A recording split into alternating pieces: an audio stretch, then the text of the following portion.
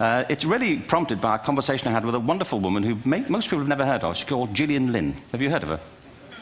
Some have.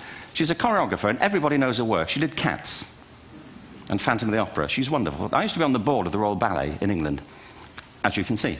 And anyway, Gillian and I had lunch one day. I said, how'd you get to be a dancer? And she said it was interesting. When she was at school, she was really hopeless.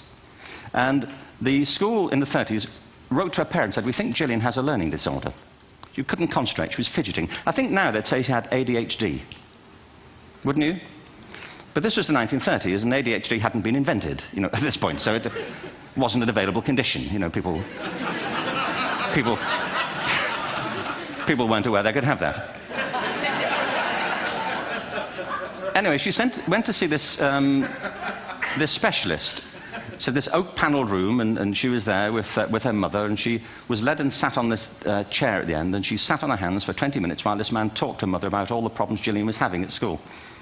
And at the end of it, because she was disturbing people, their homework was always late and so on, little kid of 8, in the end, the doctor went and sat next to Gillian and said, Gillian, I've listened to all these things that your mother's told me. I need to speak to her privately.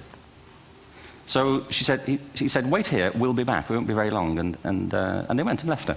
But as they went out the room, he turned on the radio that was sitting on his desk. And when they got out the room, he said to her mother, just stand and watch her. And the minute they left the room, she said she was on her feet, moving to the music. And they watched for a few minutes, and he turned to her mother, and he said, Mrs. Lynn, Gillian isn't sick. She's a dancer. Take her to a dance school. I said, what happened? He said, she did. I can't tell you how wonderful it was. We walked in this room, and it was full of people like me.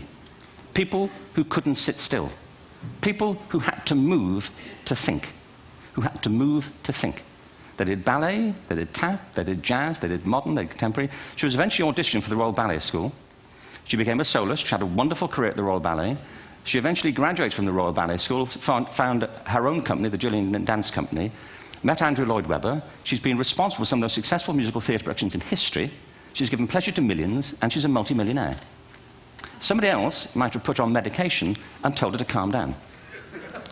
Now, I think...